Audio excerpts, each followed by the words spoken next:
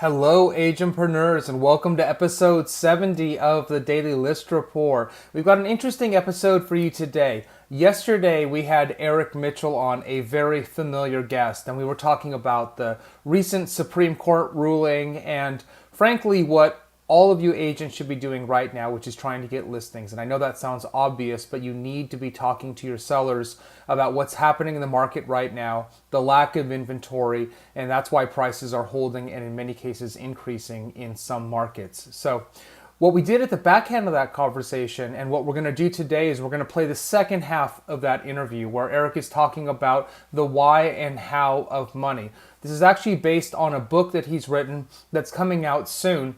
But I think the principles are absolutely incredible, and we had a great conversation talking about his book for the first time here on this show, and I want to play that for you right now. Eric, let's move into our last topic of the day, right? We've talked about this for a while. You have a book that's coming out. You've been gracious enough that we've never actually really talked about it, right? But we're going to change that today. So I'm going to give you a chance to talk a little bit about this. I just pulled up, if you don't mind, the website, The Why of Money, has some introductory information on it, and a good place to look, and I think you can register for a preview there. But Eric, if you don't mind, let's just spend a couple minutes on this. I'd love for you to talk about who this book is for, why you wrote this book, and sort of some of the ideas behind it. Yeah, I mean, my journey in understanding why started back in 2001. One of my mentors asked me about making money, and he said, "Why do you want to make money?" Right? And I was in the mortgage industry at the time. I was 2 years in. And I said, well, it's about security. It's about being a provider.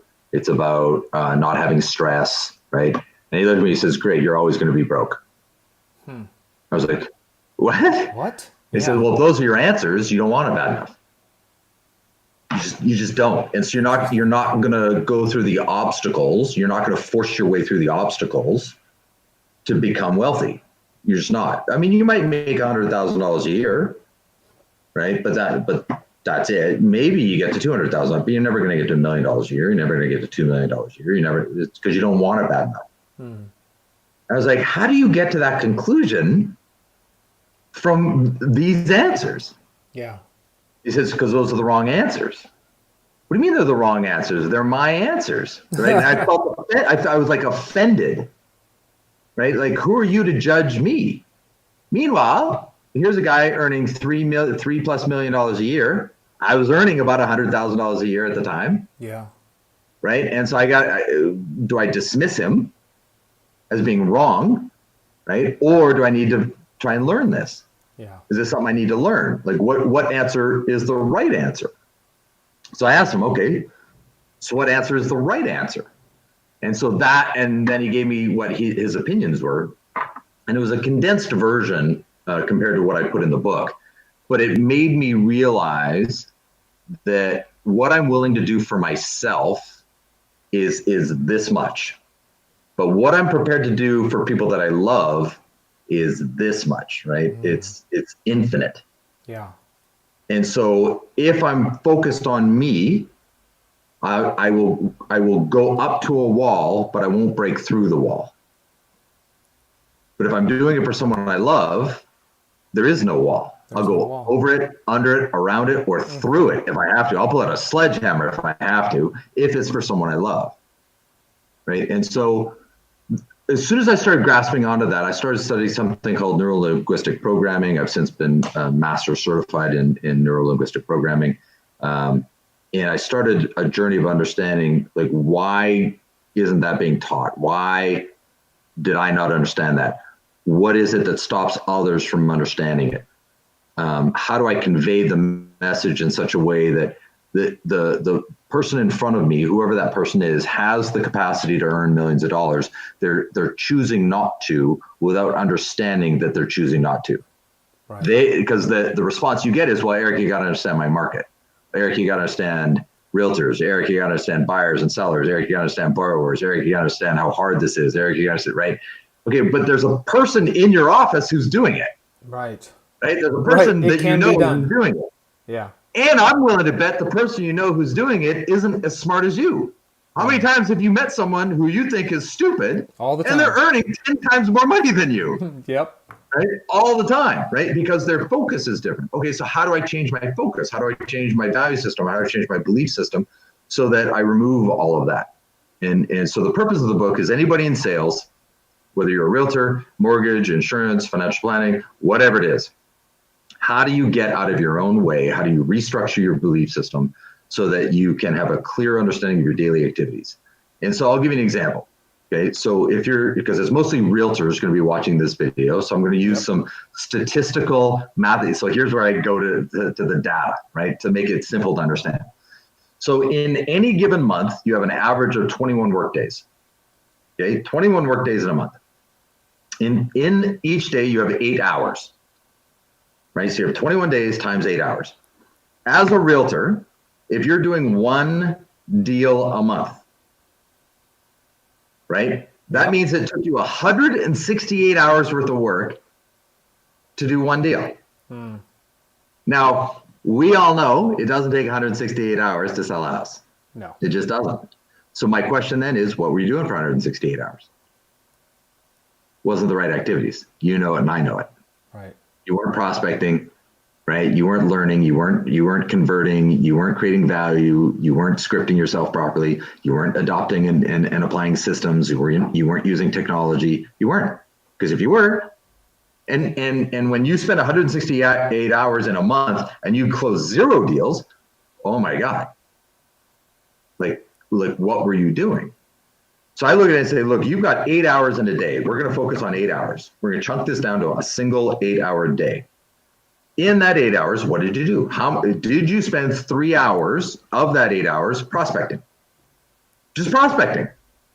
Effective, strategized, scripted, value-based prospecting. No?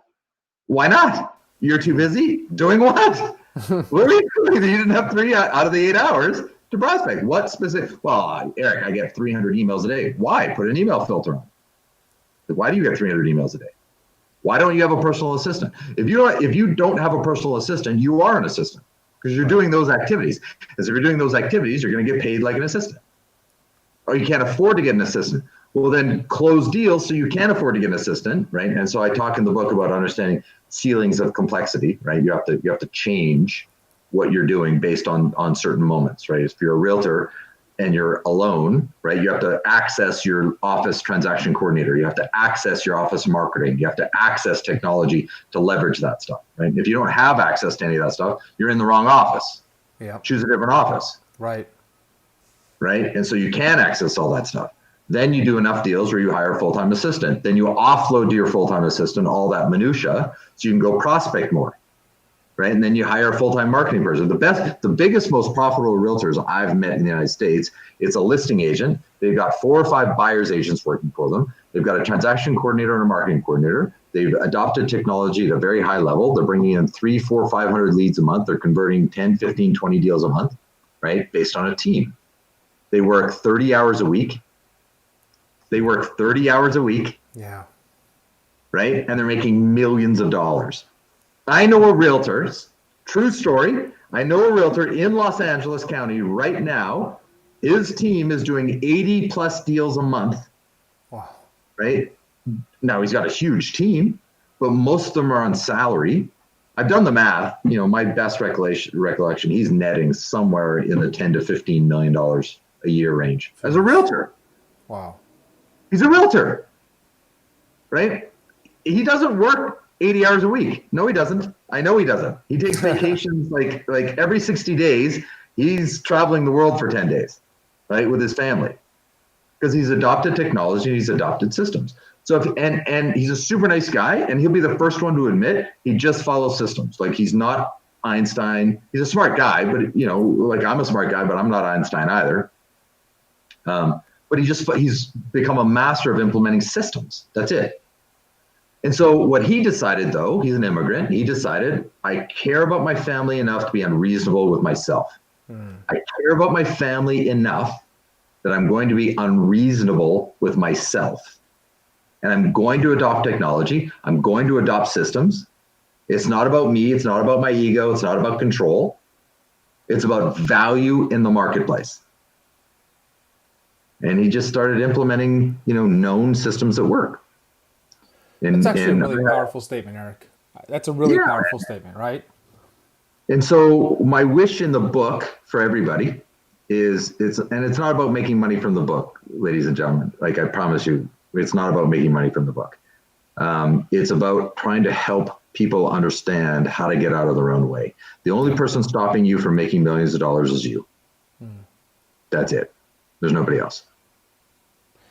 Well said, Eric.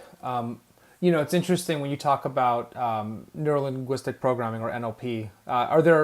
Is that woven into the book and how you help people sort of reprogram their mindset? Are there NLP techniques that are in the book, or how do you think about that? Yeah, absolutely. Absolutely. I talk about the unconscious, subconscious versus the conscious, what we're aware of versus what we're not aware of. Yeah. And helping yourself trying to figure out like what software is running. Right. Right. Right. The very first chapter of the book, I talk about here are the 5 whys. So that question that was asked to me in 2001, where he said, that's the wrong answer. The first chapter, here's the 5 right answers. Here they are.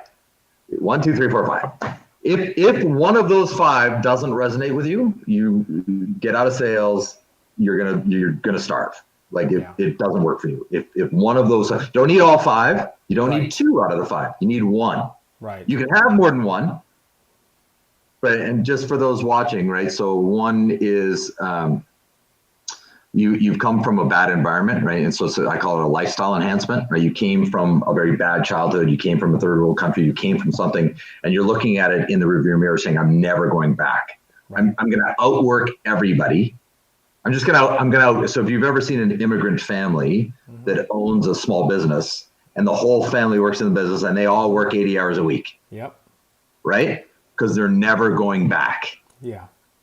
Right? And we don't care. We're just going to outwork you. We're not smarter than you. We're not more talented than you, but we're going to outwork you.